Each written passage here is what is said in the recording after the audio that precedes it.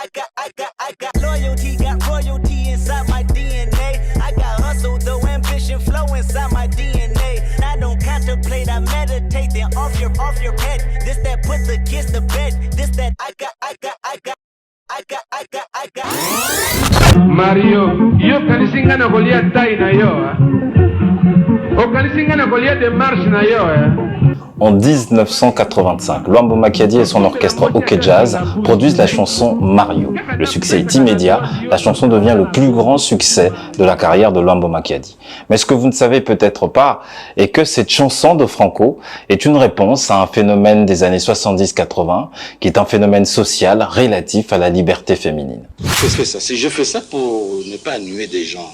Parce que vous voyez, à notre époque, c'est l'homme qui allait vers la femme. Hein? Qui va vers l'homme. C'est bien ça. C'est pas bien. Il faut travailler pour nourrir sa femme et ses enfants. Il ne faut pas une femme prendre de l'argent, te donne de l'argent, elle part en Europe et te paye des avaros. La femme te dit,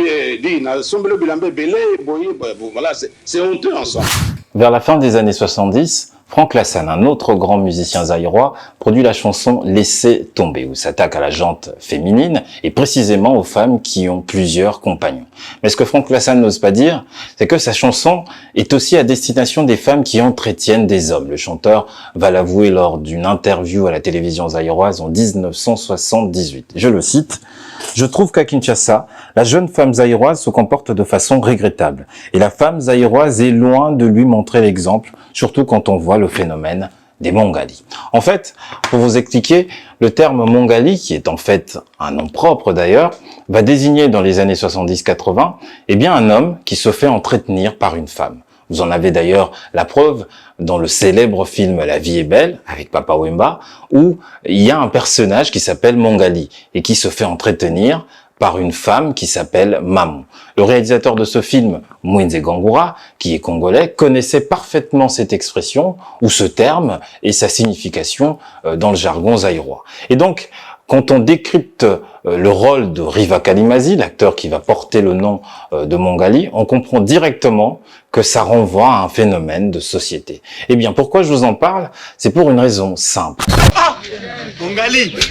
Premièrement, c'est pour vous montrer comment ce terme ou cette expression de Mongali va muter, va changer pour devenir dans le jargon populaire le terme Mario.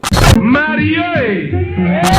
Et ce changement se fait ou va se faire, certes petit à petit, mais de façon remarquable quand même, au milieu des années 80, avec la chanson de Luambo Makiadi intitulée Mario. Mario,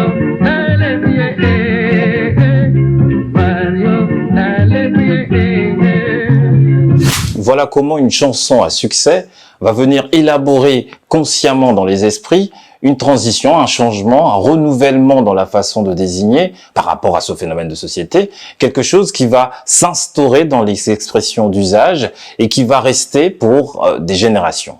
Un homme chez la femme comme Mario, c'est pas responsable.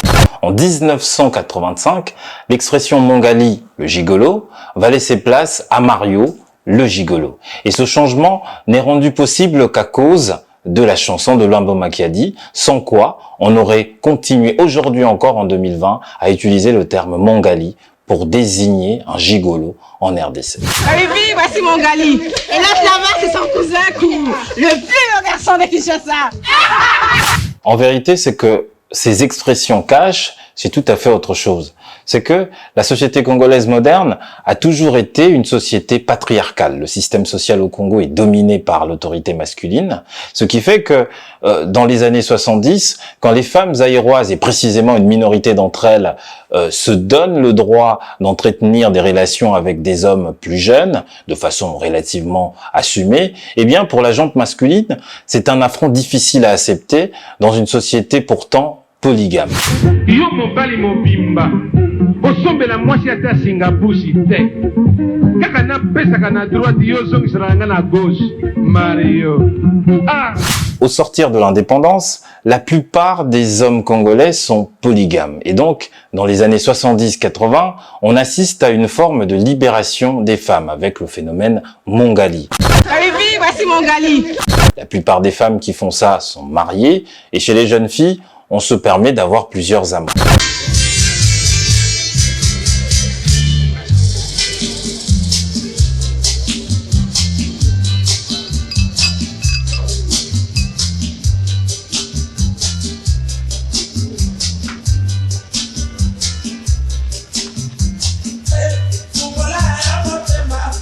Donc en 1985, la chanson de Franco, Mario, exprime au fond et au-delà des apparences, la bien-pensance masculine. Et là où Lambo est malin, c'est qu'il va, contrairement à Franck Lassagne, qui est plutôt direct et impitoyable dans sa façon de prendre le problème, lui va opérer un retournement de la situation. C'est-à-dire que il va, dans sa chanson, mettre la femme en victime, presque l'infantiliser, lui montrer qu'elle est manipulée et espérer d'elle une usure. Mario na lembi.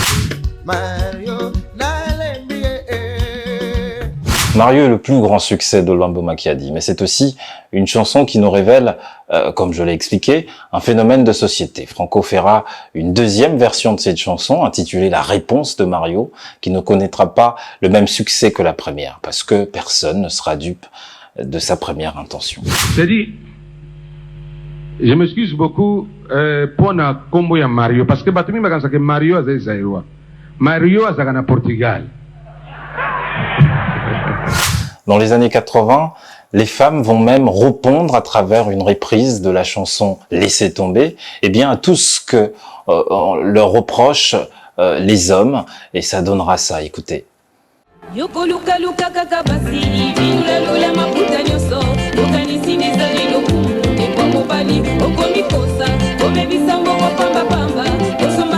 Voilà, le petit format de la rédaction est terminé.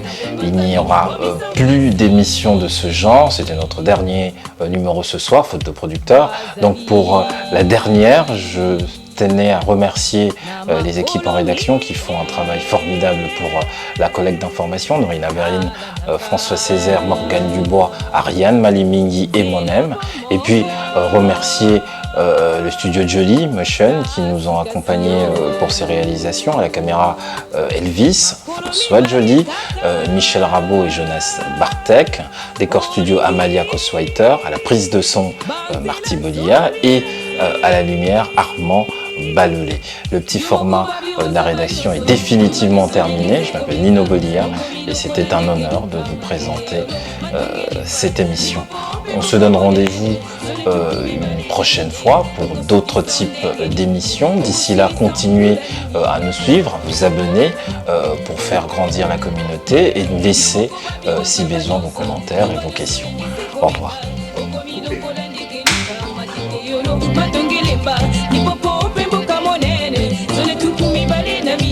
Okosuki sound engeni, okosilisa nkula